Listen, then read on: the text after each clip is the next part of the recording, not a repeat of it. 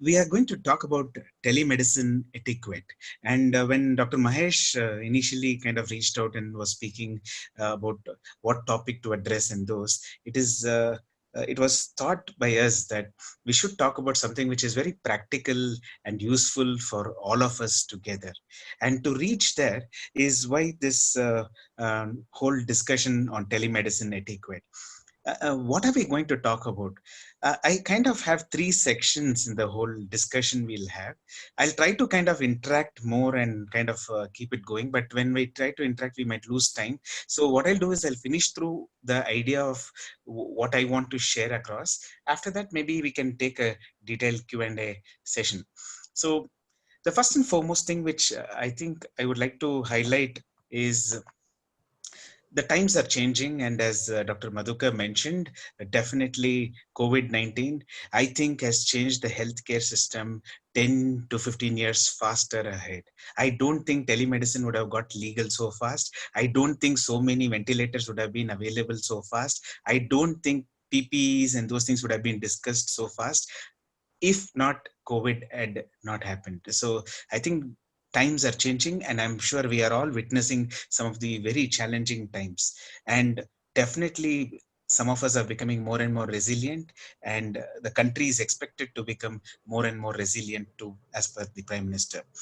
Now, one interesting point we need to notice is we have a lot of clinicians, right? Great clinicians, by the way.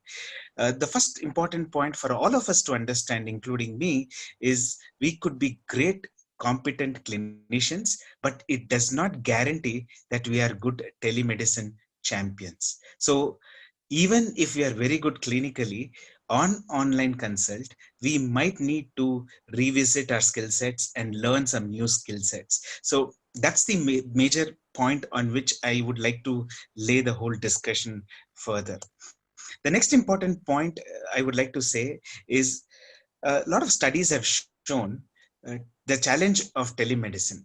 One of the important challenges of telemedicine you need to understand is you need to understand that studies have shown the impressions which are created by people who are distant from us is most of the times negative, and most of the times it is little different from the reality.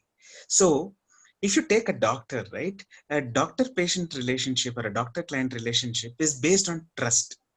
Now, if you apply this knowledge of psychology, which says distant relationships can question the positivity and it can look the relationships little differently, you need to understand a telemedicine consultation will bring in a lot of question about integrity, capabilities, and trust could become an issue little more than what is happening in a routine clinical practice. So that's an important point for us to remember. Now, there would be a lot of doctors, especially some of them who believe that technology cannot replace human beings. They would say no replacement for live consultations and those. I really agree, but I also would like to say, is it really true is what we need to ask ourselves, because we all know there have been a lot of our patients or clients who have come and met us in person but have been very unhappy with the in-person consultation.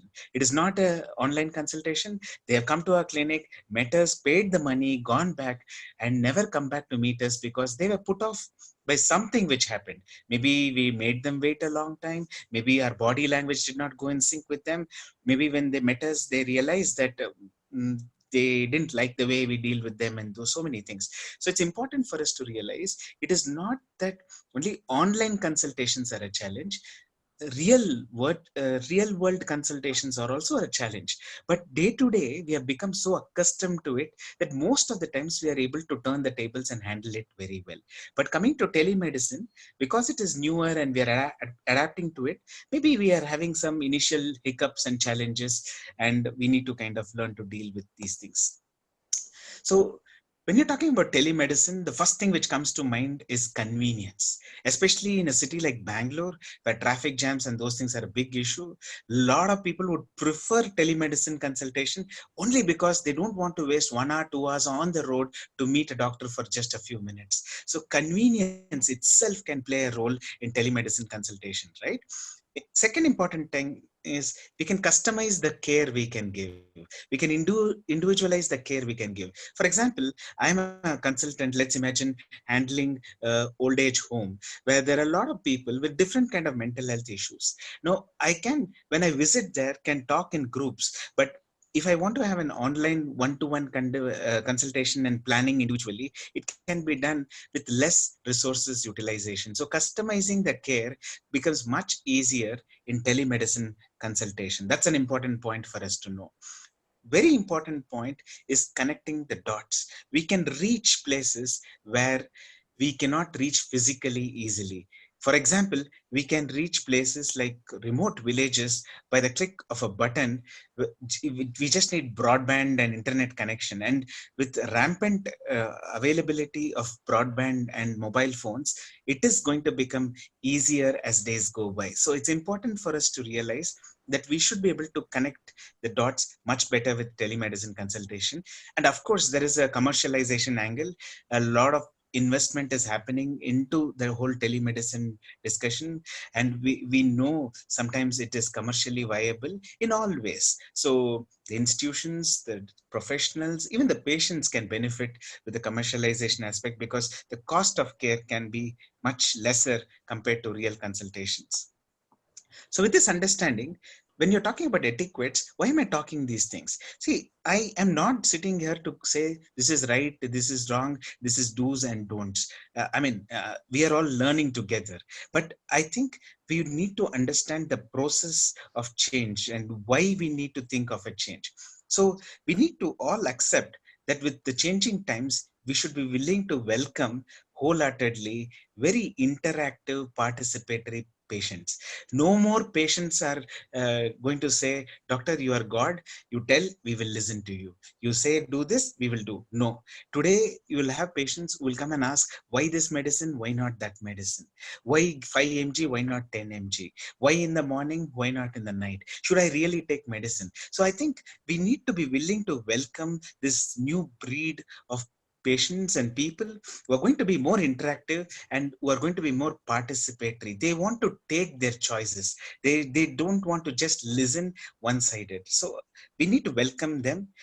And most importantly, what's our pursuit in the journey? Of course, we want to be happier, healthier, and we want to be stable enough financially to take care of our own personal goals. But as a health professional, we have a pursuit, right? The pursuit is to cure patients whenever possible. If not possible to cure, at least care them to the best extent possible so that the quality of life is much better. So cure and care is the pursuit which we are looking for. This is where, I'm putting here personalized psychiatry, but I know some of them who are participants might not be in psychiatry, but might be in allied medical fields.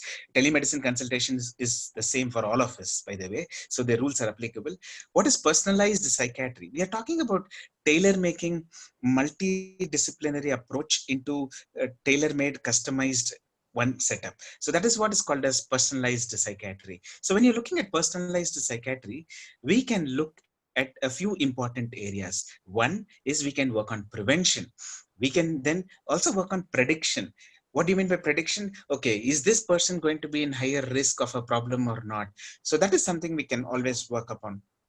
Personalization, depending on each patient and client's need, we can always work on personalized plan which can suit that particular individual. A simple example I can give you is, let's imagine there is an antidepressant which is effective but costs 40 rupees, but there is an antidepressant which is equally effective but costs 20 rupees. Now, if at all there is a choice to be given, and finances is one of the major concerns, it is not just important to write one good medicine, it's also important to personalize the care, where we understand the nuances of the economics of this individual and tell him, see, these are two medicines, both work fine, I think this might be a good choice for you. So we have seen in a practice that the clients also are actually very reciprocative, and they appreciate the fact that we understand their nuances of problems. So personalizing the care becomes an important component of our etiquette of clinical management, not just telemedicine.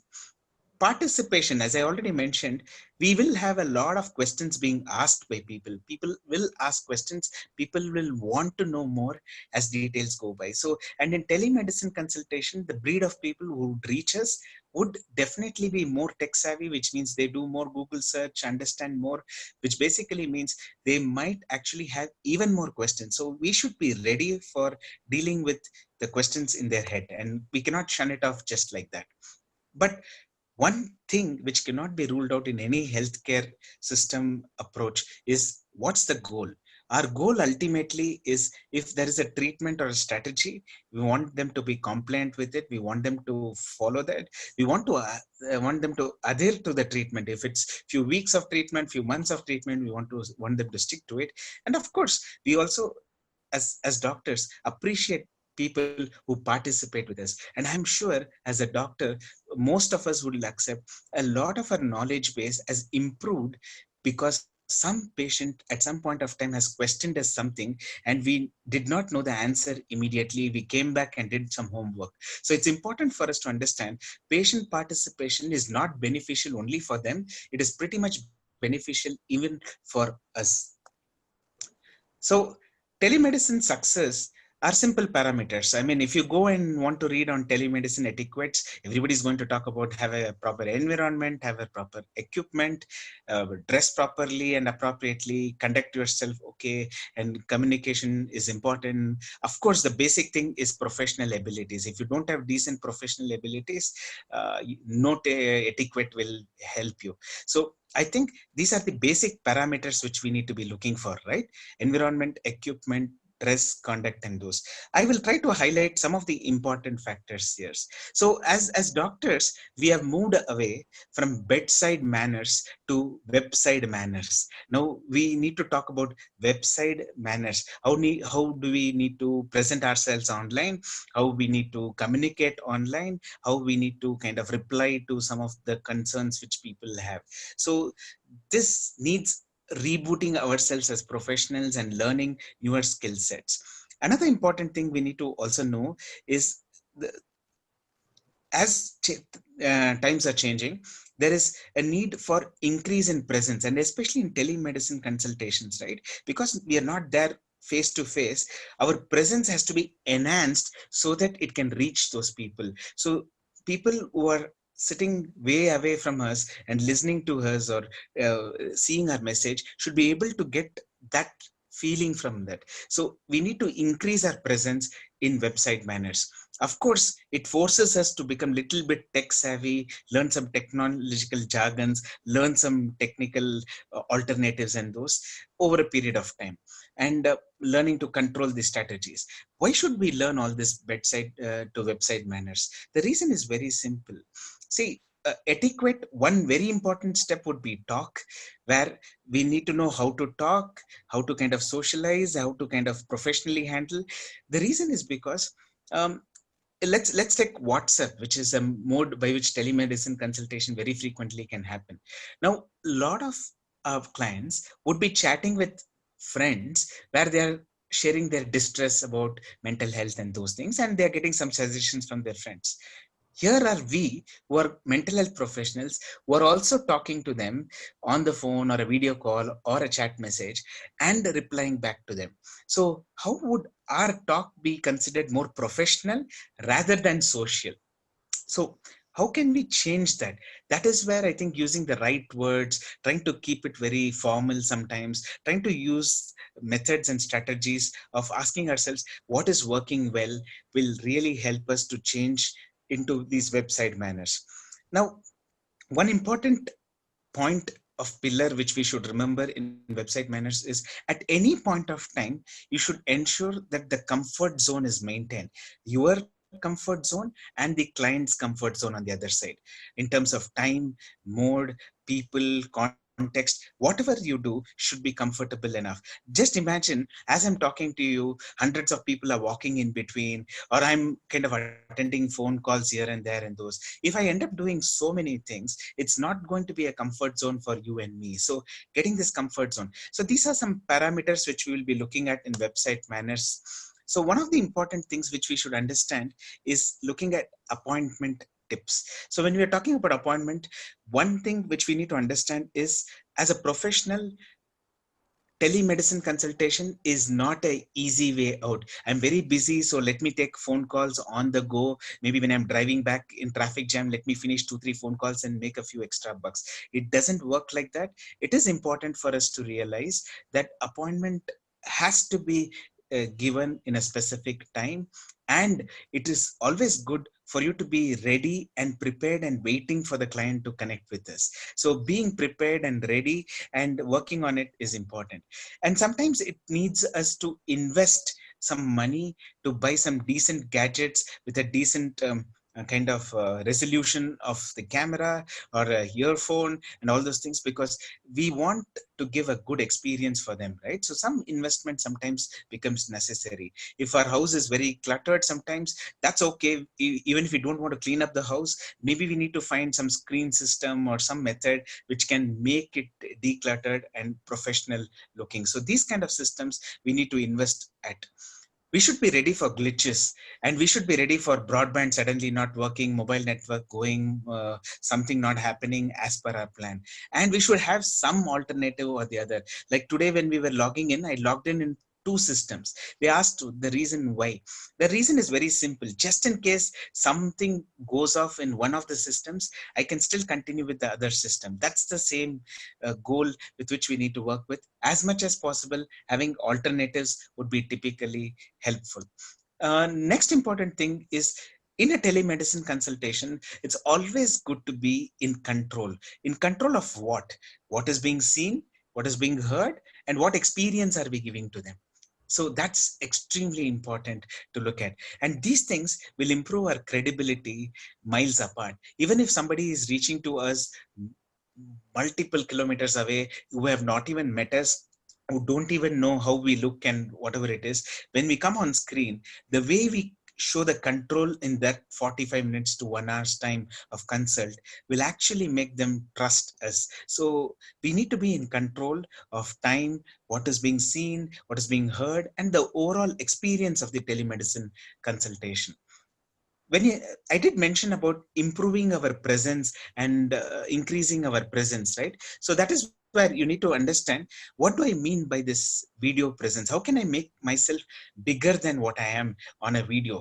So basically, one is creating as a very sensible background. A lot of times a background itself will tell a good thing about how professional the individual is. Most of the times it's preferable to have as much as possible a clear, simple background. If you want to have more professional looking, something like a library or something like that, you can have it. But be careful that the background should not be so interesting that instead of seeing your face, they are seeing the titles of the books behind you and kind of listening to, oh, he's reading this book, is it? Oh, he's watching this video, is it? I mean, that might not make sense. So I think background should not steal your presence. So be careful about it. And of course, the way we dress up, the way we kind of portray would be very important. Many times, especially when the COVID lockdown was happening, most of us would have picked up phone calls from home. Yes, I understand we are at home, t-shirt, jeans are pretty much okay. But if we are taking up a consultation and if you're getting onto a video consult, it's always preferable to be professionally dressed. And it just makes the other person understand, okay, I'm not chatting with this guy, I'm consulting with this person. So he takes our words much more seriously. And we want that, right? As a mental health professional, many times we realize we are not going to tell something very different from what their grandmothers and grandfathers with their experience tell. We tell many times the same stuff. But why do they listen to us? The reason is because they believe we are a credible resource. The credibility of a resource increases by the way we present ourselves, the way we dress, the way we present ourselves, the voice, the tone, the sound we use, all those things matters. Proper eye contact as much as we can helps. Now, it is very difficult to look at the camera and constantly keep talking, but it's a good idea to learn to look at the camera as much as we can. And it's a skill. And as we are learning that, it improves over a period of time. So keep looking at the camera as much as you can and try to deal with the consult. improving facial expression, and facial expression has to be little exaggerated, because most of the times they see us in a small screen. They might not be able to appreciate the nuances of our facial expression. So if you have a smile, have it little more broader, and if you're showing some expression, having it little more exaggerated could help online for people to understand on the other side. And when I'm talking about facial expression, it is also important, if you realize their facial expression changing, it's a good idea to highlight. A very good example I can give you here about tone and voice is like today, I remember in one of the consults when I was talking, there was a new person who reached out to me for the first time. And as she was talking, I could see the voice is shivering. She looked very anxious, tearful, and those things. I said, see, I'm just hearing your voice, but as I'm hearing your voice, I can definitely understand that you're going through significant amount of stress and anxiety. It appears to me that you're tearful. The person paused there and actually took a deep breath, drank some water, and said, Doc, I'm really thankful that you're able to understand me. Now, this is something which can help in telemedicine etiquette. The other person who's sitting there understands that we are not treating them as digital object. We are treating them as a human being, and we are treating them as a human being who has their own feelings. So picking up these nuances and appreciating that would matter. A very important point you need to understand is anything and everything during the consultation can play a role in the quality of the consultation. Anything and everything can play a role. The lighting, the sound, the voice we speak, the energy we show, everything can play a role. So be as much as in control about various aspects. Of course, any clinician will agree we have to be great listeners, more than advisors. So we need to be active and benevolent, and that is what our clients also expect, right? So we should be able to decode the verbal and non-verbal, the tangible and intangible messages our clients give. Sometimes what they are talking and what they want could be very different. So it's good idea for us to clarify with them why they are consulting, what is the need, and especially if they are people who also can come in person but choose to have telemedicine consultation. It's a good idea for us to check with them, why are they not dropping in into the clinic but preferring to have a telemedicine consultation. That also gives you an understanding of what exactly the person wants in the telemedicine consultation, and our job is to see as much as possible can we deliver what the other person wants. That makes us better clinicians and effective clinicians. Now, a very interesting point, which I was also coming up when I was reading about telemedicine etiquettes and those, is, I mean, we are supposed to be empathetic and we have to text empathy. Now, we have been taught clinically how to be empathetic, and kind of we know in basic counseling skills how to kind of be an active listener and empathetic. But how do you text your empathy is the question. That is where I think we need to learn to use right words at the right time, and learning to use the words in sensible manner. The best thing I can say is, when you communicate to people, whenever you have found some messages to be very effective to the individuals, you need to ask yourself, how did you phrase the sentence, or what kind of words did you use? That might give you inputs on what kind of words you could use to show empathy. It is good idea to use emojis as much as you can, but the danger of using emojis is, um, you need to know what kind of emoji you should be using at that right feeling, because if you use a wrong emoji, then we are in trouble. So it is good to use emoji to show empathy, but use the right emojis as much as you can. And a very good thing which they've mentioned many times in texting empathy is, we need to text what we feel when we saw the message. For example, if somebody has messaged, and let's imagine our phone was on silence and we see about 10-15 messages of why the person is feeling so depressed and feeling suicidal and those things. I think when we see the message and respond to them, okay, come and meet me for a consultation tomorrow or something like that, that can be done. But I think the first few points which also could be showing our empathy is to say, I did see series of messages. The first thing which ran in my head was, it looked you're quite distressed, and unfortunately I cannot see you immediately. I might only be able to meet you in the morning. So when you're expressing to them that you feel that ambivalence in your head, that you are not able to meet them, and those gives them the idea that okay, this person is empathetic and is able to understand. So we can text empathy, we can text our emotions. So use this as much as you can to become more effective. Now we always know silence is silver, mute is gold. What does that mean in telemedicine etiquette? When we have no business to talk, or we don't want people to hear anything what we are talking, please find out where is the mute button in your phone and press that mute button. Because a lot of times what happens is we don't know what the other person would be listening to, and it unnecessarily can put us into big troubles. This is especially important in major professional meetings, because in many meetings what happens is we don't know that the mic is on, and we keep talking about our own boss or colleague, sometimes negatively, and it can be in trouble. So it can cause a lot of problem, not just in one-to-one consultations, even in group consulting, and even in meetings and those things. So please always find out where is the mute button and use the mute button sensibly. If we are not going to talk for the next few minutes, no point in having the mic on, because there'll be disturbance. So you can just put it on mute and continue to listen to the other person. I'll bring up a very interesting point, and I'm sure a lot of us have already got into the telemedicine consulting, and you also would be witnessing it. Typically in a real consultation, what happens is we say come back and meet us 2 weeks later, 3 weeks later, or something like that, depending on what is the issue, right? And most of the times people turn up in that time.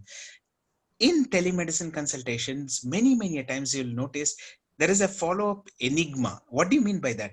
um, if you say people to consult back with you 3 weeks later, many times just after 30 minutes you'll see a message from them. That's why I put one of the challenges we'll see is follow through.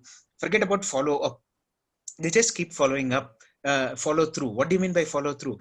After half an hour they would have spoken to you for a long time. They would have been happy about the consultation. After keeping the phone 30 minutes later, they'll message, doc, I forgot to tell you that my pet died about 6 months back. Now uh, I mean that is really important. It was important. If they had shared at that point of time, we would have understood what is the nuances. But what happens is a lot of times they continue to follow through and keep telling a few more questions and few more discussions after that.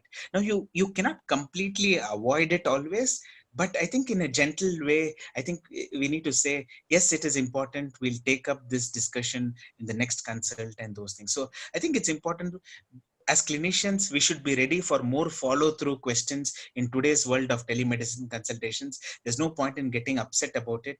We would lose our patients. We need to learn to deal with this follow-through kind of questions, which will come post-telemedicine consulting. And a lot of instant clarifications people want. Like, for example, you say, take the medication, they go home, take the medicine in the night. Next day morning, they get up, they say, I'm feeling a little drowsy. Do you think it's because of the medicine? What they want from you is to say, yes, it could be because of the medicine. In the next few days, things should be okay. You have started the medicine just yesterday. Give some time for the medication to kick in.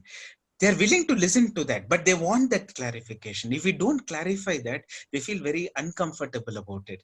And this is something which is going to increase more and more with telemedicine consultations, because people think, okay, anyways, I can reach out to the doctor, so let me reach out. So that's something which people are going to do. And I've seen this, at least in my consultations. I'm sure a lot of you also might agree. There is a law which I have found in follow-up. There is diminishing returns if people follow up very frequently. Like, for example, if you see somebody who's reaching out within the next day, within 2 days, within 3 days, within more frequently, slowly we realize most of these people actually drop out of our consultations, or consult somebody else, or somewhere they don't follow our instructions and move on. So this itself gives us a cue that if they're reaching out repeatedly, maybe somewhere we were not able to gain their trust. It could be our fault, it could be their fault, it could be nobody's fault.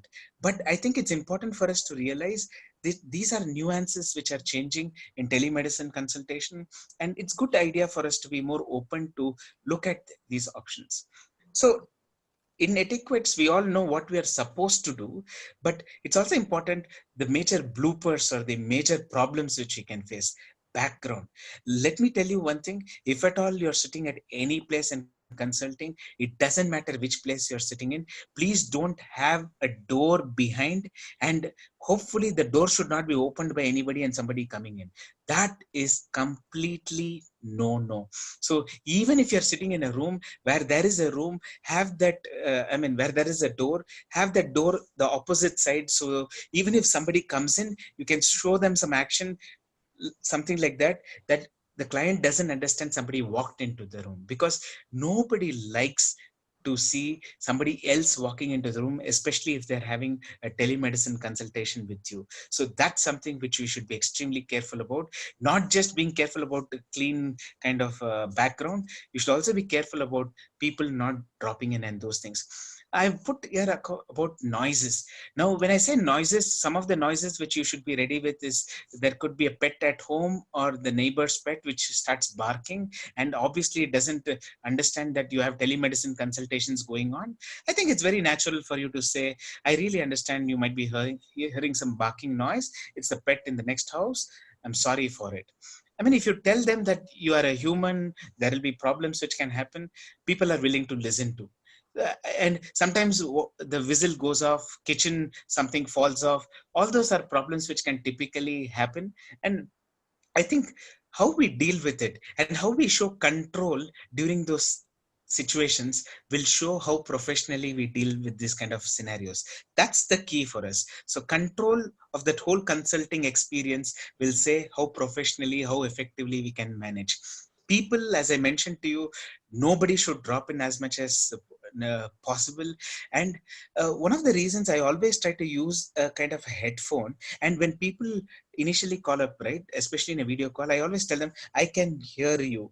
I kind of point it out on my earphone. One reason is because I want the other person to understand you're not on speakerphone. It is not like everybody can hear you. I am the only person who's listening here.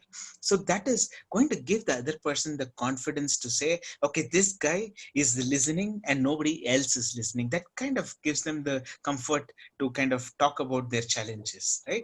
So these are some things which we need to be looking at. So in simple words, you can take the consult process and look at a few important points. Pre-interaction, even before the consult happens, people can have viewpoints and those. Post-interaction, post the consult, people can have their viewpoints and those. When I'm saying viewpoint, it can be the consultant's viewpoint, it can be the client's viewpoint. We have an opinion on the client has an opinion on us. So both matters is what you need to understand. And this can be different pre-interaction as well as post-interaction. So let me give a interesting point here. For example, I take up a lot of telemedicine consultations on WhatsApp video calls or WhatsApp voice calls.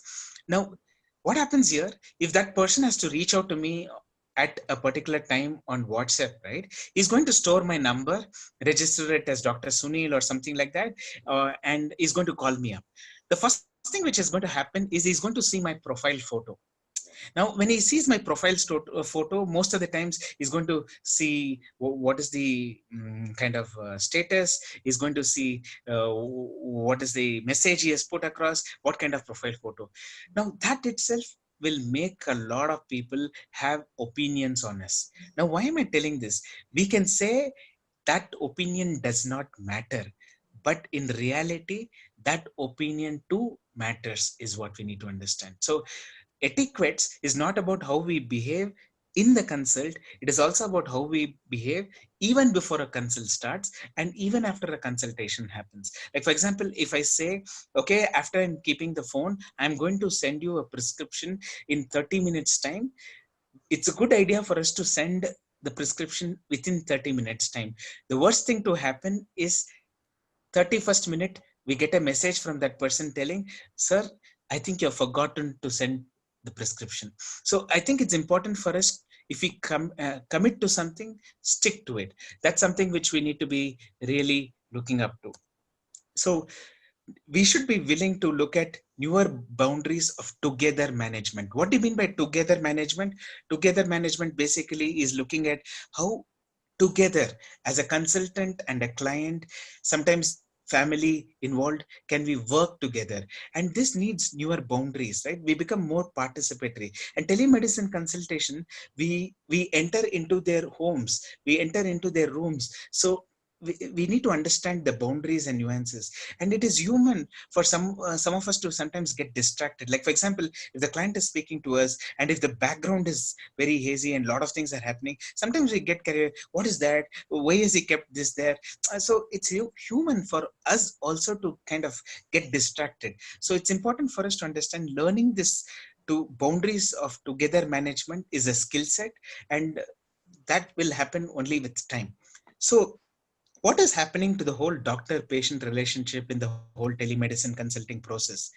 Are we humanizing the telemedicine consultation, or are we technologizing the consultation, is what we need to ask ourselves. Are we becoming more gadget oriented? Are we becoming home human oriented? Both has its benefits. The best benefit would be is a combination of it in a sensible manner, right? So I'm sure there are definitely a lot of fruits of telemedicine. There's no doubt about it. Patients definitely can benefit. There's no thoughts about it. Professionals invariably can benefit in terms of satisfaction of delivery of care.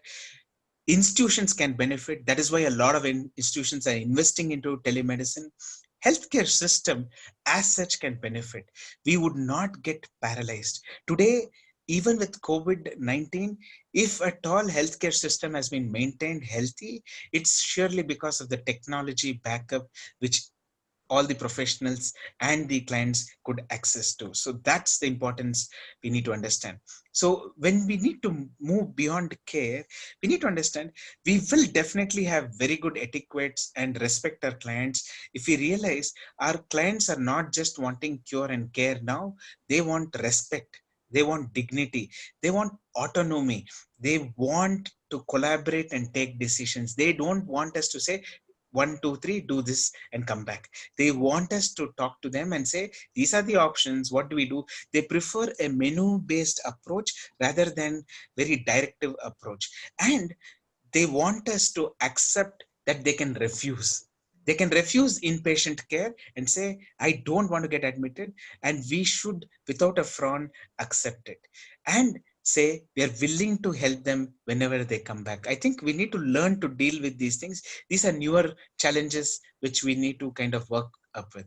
So as we are embracing the technology of telemedicine and those, we will have challenges about usability, user interface, and user experience. In simple note, I would like to say is things are becoming much more easier today. A 2-year-old child today can use technology pretty easily. The reason is because user interface and user experience is pretty easy now. So it can be done. So as a doctor or health professional, we are all very equipped with basic knowledge to actually embrace technology. So we should not hesitate to embrace technology and move ahead with times. So we should be careful about our digital patients, because sometimes we can objectify them. Because I've not seen them in person, we look them as digital avatars. We don't see them as a flesh person. We don't see them as a human being. So that might sometimes make us not think proactively about healthy holistic decisions for them. So be careful about it. Don't get into the trap of objectification of your digital patient. And we all know today evidence-based medicine and those things are big issues. But in telemedicine consultation, what happens is a lot of data will get generated, which means evidence-based medicine will become more emphasized. So be careful. Don't keep always looking for data points and get stuck with it. Look at clients as human beings and not data points. Don't always look at cause and effect trap. Don't link, okay, this and this are always linked, because sometimes a lot of things have no link with these situations. Very important thing is sometimes as doctors and health professionals, we believe we have to intervene and do something when somebody reaches to us. For example, it sometimes astonishes us. How can I ask for a consultation charge when I don't even advise him some medication or advise him some therapy or something like that, right? So I think it's important for us to understand just reassurance also is a healthy advice sometimes. Sometimes if we say we don't know what's happening, we need to wait and see, I think it's a good idea for us to say, let's wait and see for the next 2-3 weeks how things are, and then we'll touch base. So I don't want to put medications or something like that, but I am thinking of a few things. Let me say next 2-3 weeks and take it over. So instead of becoming too much intervention prone, instead of having always solutions to the problems, sometimes taking a step back will make us become more human in the approach to our digital patients. And number fixation is an issue. Why I'm stressing this point is because all our telemedicine consultations will become numbers and data points, which is one of the worries, because we will slowly lose our clinical acumen and looking at individuals, but we start looking at numbers and percentages of people. So be aware that we should not become victims of objectivity. We should not become a protocolized professional, like protocol wise, okay, yes, no, algorithm, I need to follow this. The people who reach out to us, whether it is telemedicine or real consultation, they reach out because they think they are reaching out to a human professional. They're not reaching out to an app or a chat bot which will say, as per algorithm, this is what you're supposed to do. They want a human connection. So we should ensure that that happens. So this is something which I came up with in my head. So I thought I'll share it with you. Whenever I am consulting, I'm asking myself, am I trying to only protect myself? Because with all the legalities and worries about litigations and other things, right? So a lot of times we are always wanting to ensure that we are safe and not going to get into litigation. So we are asking all the questions only to tick mark.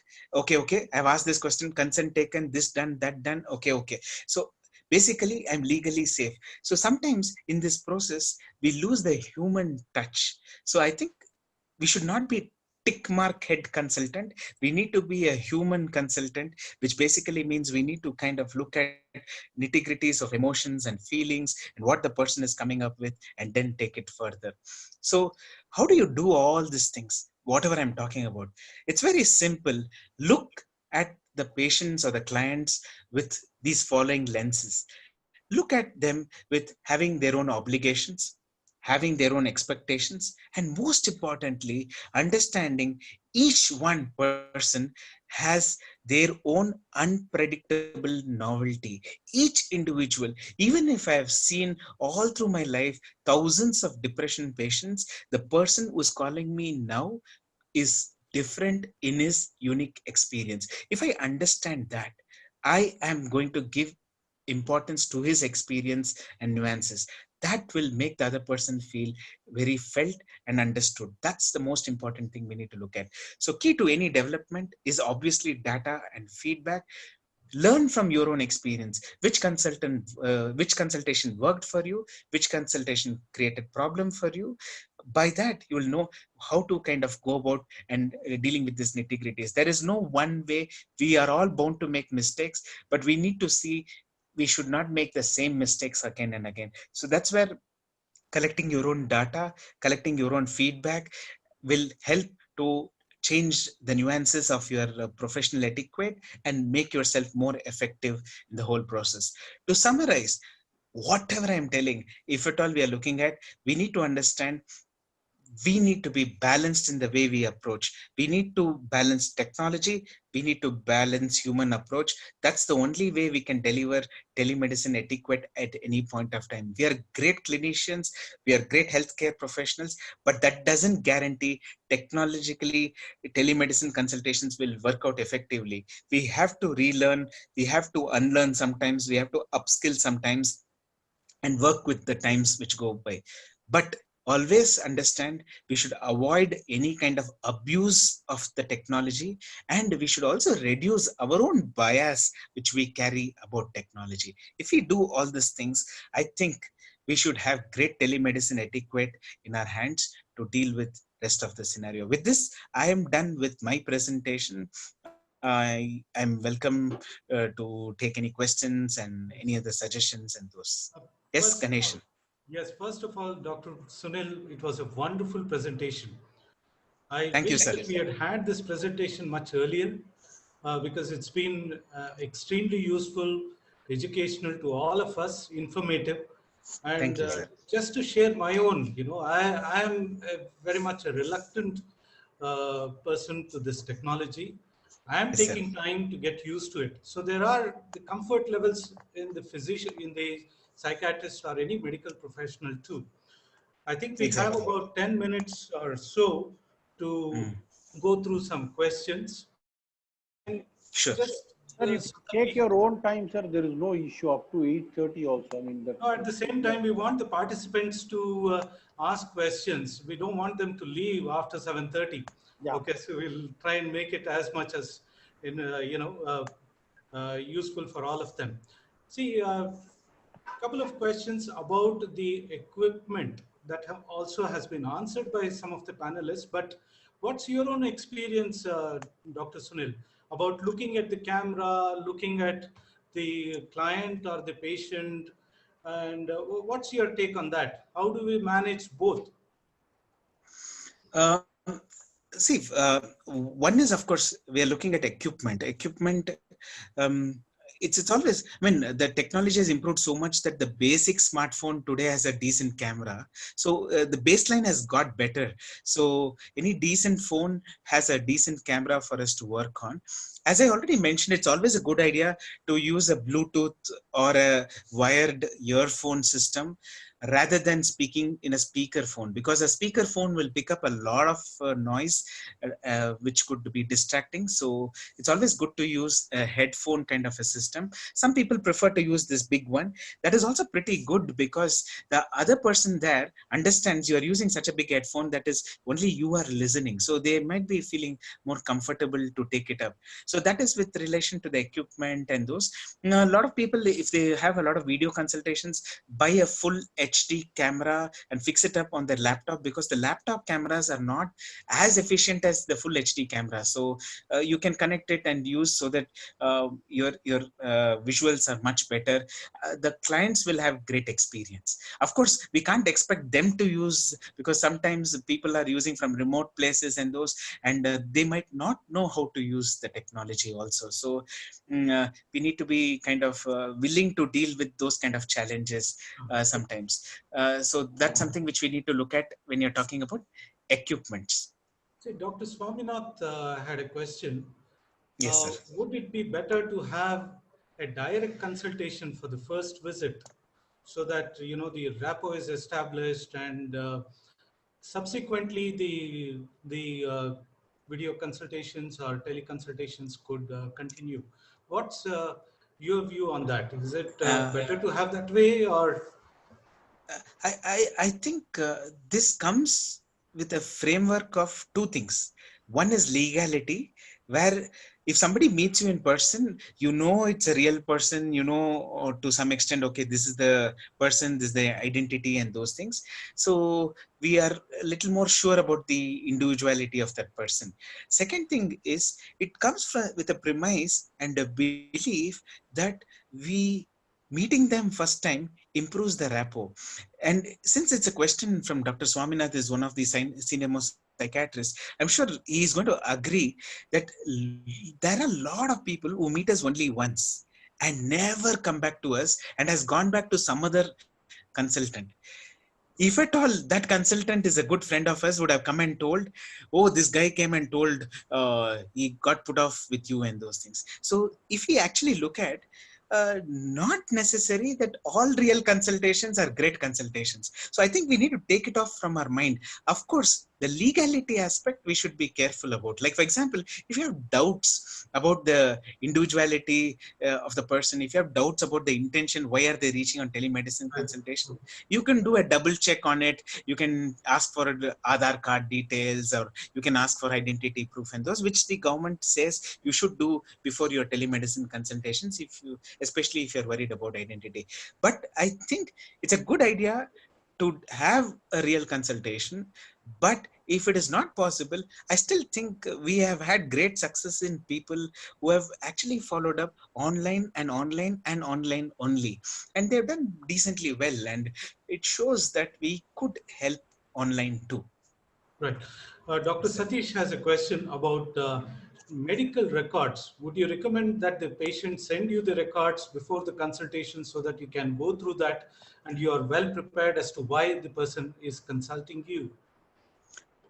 Um, that's a great question. If people reach out and say, for example, if they say I'm kind of reaching out for a second opinion or something like that, I always say, if you have any documents, prescriptions, papers, just take photographs and send it to me beforehand so that I have already looked at it.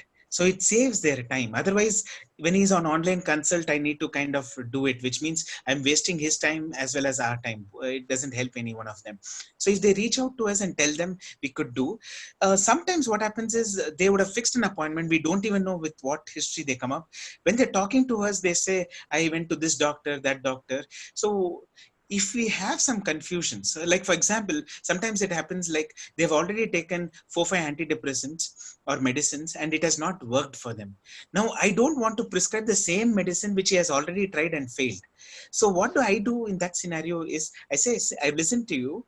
What Right. you do is you send me across all your documents. I'll have a look at it, then send you a prescription of an antidepressant. So what happens is, otherwise what will happen is I'll suggest him fluoxetine, and then he will send me a message, doc, this is the first medicine I took, it did not work. So just makes a mockery of our whole experience. Correct. So I Correct. think kind of documents, if they can send beforehand, great.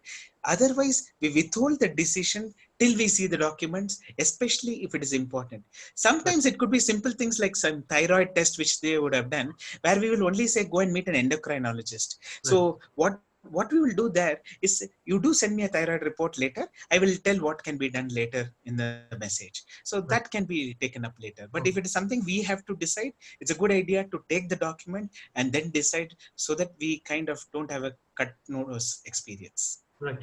Dr. Saranya had a question about, can it only be an audio consultation? I think that should be possible, right? Audio consultations only can happen. In fact, I initially used to be a little hesitant to believe, is it going to be effective? I have seen so many people actually feeling much better with just audio consulting. That has given me the belief that, okay, I think I have my own bias, but in reality something else is the truth. So I think audio consultations are very much possible.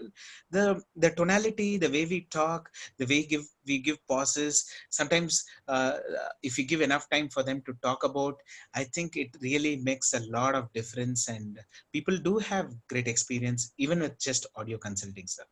Right. A couple of questions about, say, defining the time duration of the consultation, as well as the Hmm. consultation fee.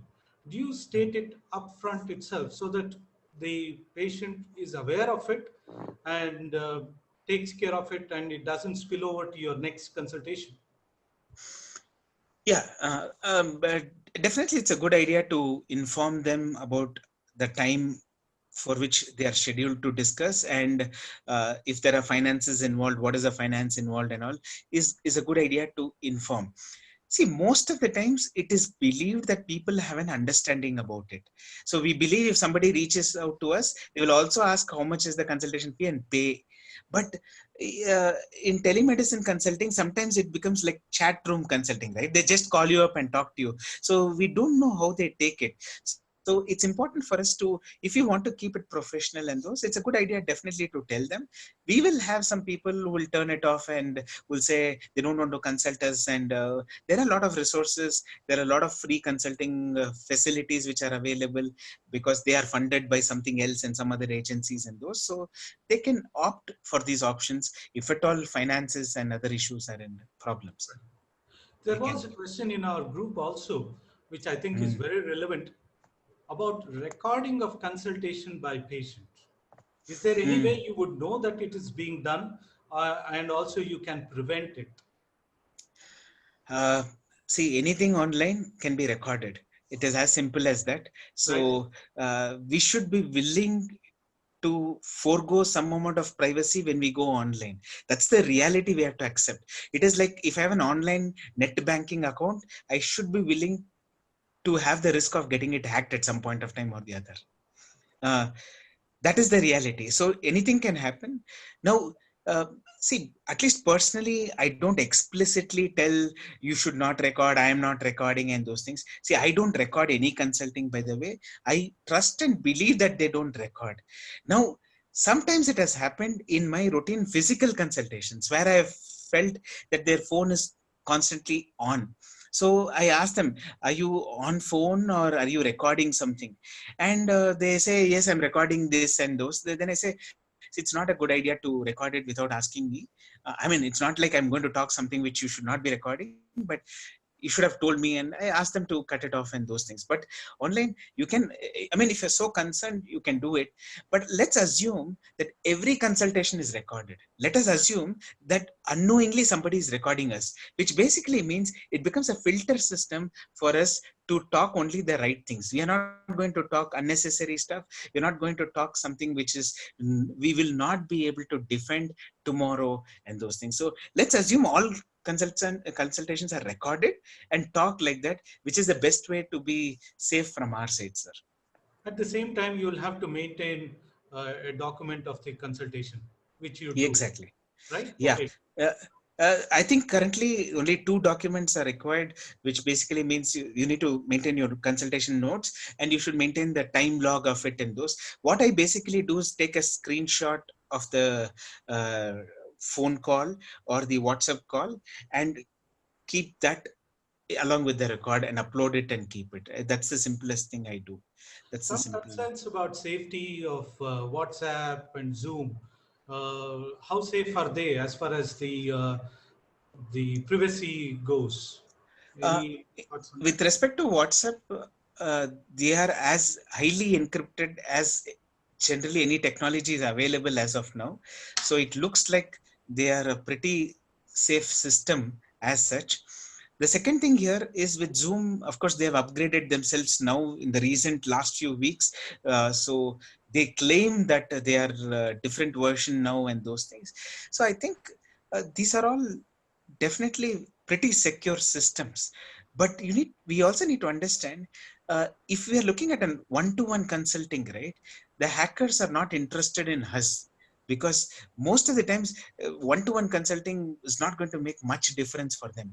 They are wanting to hack and do things which will give them money or reputation or bring down a country or something like that. For example, if I can hack the army system and show your country's army is useless, I think that's credibility for me. If I'm going to hack a doctor's consultation, it might not pay them that much, is what we need to understand. So I think we should be worried about it, but at the same time, we cannot become extremely paranoid. We should take our basic precautions and do what is necessary.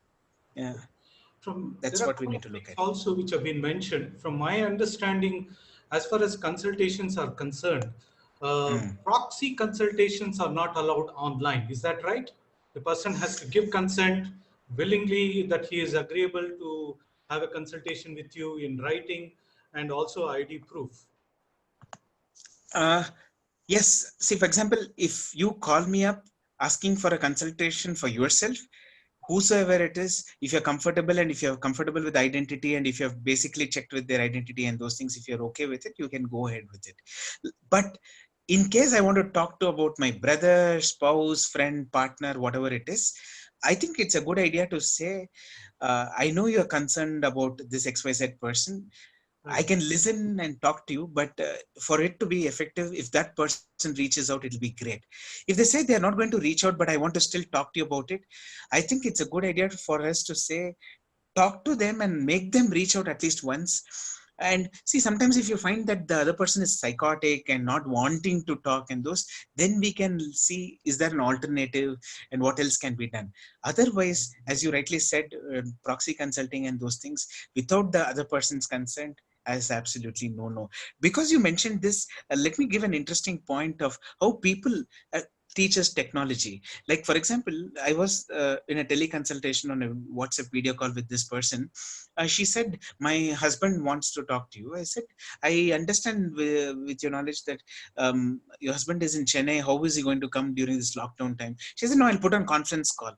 So she immediately shifted to a conference call and continued the consultation. The good thing is both of them are there, and it is automatically implied consent. So we don't need to worry about who is playing games out here and those things. So I think people come up with their own solutions if they're open. And those, where we should be worried is when we have some malintentions among people and partners and spouses, and those where litigations and those things are a challenge. Yes, you should be a little more careful, but most of the other times we will be able to help these individuals in the best way we can, sir. Dr. Vijay Harbi Shettar, do we have time for another question or so? Yeah, okay. Uh, Anonymous attendee has asked a question. Uh, he practices in a remote place and where patients are comfortable paying only in cash. So, how to go about it? See, the answer is, I mean, good to have something like Google Pay, Paytm, and those things and all. If they really cannot, and if they really want to pay cash, I think if you are willing to take the risk of waiting for them to come and deposit the money at some point of time, you could go ahead. And most of the times, I think we also need to understand that people who genuinely need our help and who know that it's worth paying and all, right, they also feel very hesitant that they've not paid you. They somehow make the time and come and consult and pay you back and go. Of course, there'll be always small bunch of people who might not want to pay for the services which are offered. I think that we should be willing to lose here. And if somebody has to come and pay, see, one of the things which they can do in people, especially in telemedicine consultation, is like, for example, if somebody has consulted me once and has not yet paid, if they fix an appointment second time, we can say, you please pay up the previous one, then this appointment can be scheduled. A very simple thing. The maximum loss here could happen is one consultation, and you also don't need to worry too much on, oh my god, this person has met me 10 times and not paid up, and feel bad about it and those. So I think we should be willing to lose some amount of it, because there will always be people who will utilize the system for their own advantages. We cannot stop it. But I think talking to people, most of the times, most of them are very genuine. They'll reach out to us the right way. Certainly, yeah. Uh, Probably the last question Yes, sir. goes back on the recording, which you have already answered in detail. In case if there is an incident or like a suicide, an unfortunate suicide, and can we be held responsible for behavior of your patient? My simple answer is no. How can we be held responsible? As far as we document, we maintain our records as to why the person has contacted us and what the consultation you have done and what's your advice. Everything is there. Uh, Whatever records you maintain, that should help us in good state. Is that right? You're absolutely right. And uh, suicidal ideations, as per the Mental Health Care Act, is an indicator of stress and need of a mental health professional. It doesn't say anything else. And our knowledge, of course, about abatement of suicide says just because we are involved doesn't mean we are responsible for their suicide, until unless there is an act of omission or commission or pushing them to lead to that extreme steps and those. So I think it's important for us to realize we should be worried, but at the same time we should not be paranoid about the whole litigation process. See, that is the worry, that sometimes we are losing our human element and kind of becoming very worried, which only makes us become the tick mark consultant, where we are only wanting to ensure that I don't get a case out of this person. We are not worried about whether we are able to help them or not. We are not worried about what they do or not. If they don't, if they don't put a litigation against us, we are happy. So I think we need to kind of deal it in a more balanced approach. Take the basic precautions. Most of the times, we should be able to deal with it and address these scenarios pretty decently, sir. Yeah, absolutely. I think the general rules and regulations what apply for a face-to-face consultation, we still have to follow even in the digital world. With this, Exactly. I think I would like to thank Dr. Sunil Mohan for a fantastic presentation and taking the Thank you. questions. And Dr. Sunil, thank you very much. And if Thanks. I if I remember right, all of us who are going to practice or who are already practicing will have to go through a course in telemedicine sometime or the other. And Yeah, so you are yeah. already there probably as a trainer, and you can take the classes for all later. So thank you once again, Dr. Thank Sunil you. Mohan, for Thank you. taking all the Thanks. questions and the presentation. Would like to thank all the our coordinators as well as Mr. Ganeshan from Microlabs. Thank you all. Have a safe evening. Good evening. Good night to all of you. Yeah. Thank Thanks you a very lot. much. Thanks a lot. Thank you, Dr. Madhukar. Thanks. Thank you, Mr. Ganeshan. Thank you, Mahesh. Dr. Mahesh, you want to say something? Done? Okay, he's not here. Okay, right. Thanks, Mr. Ganeshan, for supporting this event. That's very kind of you. And thank you, every individual, every participant who has actively participated, and there's so many questions. This was attended by about 77 people in the last two. If you take last 2 weeks, it has been this has been the highest, and I'm sure this has been a very productive session. The feedback has been excellent. Already, Dr. Swaminath said sakat, and it's been a fantastic evening. Thank you very much. Thank you very much, everyone. Yeah. Thanks a lot, sir. Thank you With very much. this, we sign Thanks. off. Yeah. Thank you. Thank you. Thanks Thanks. a lot.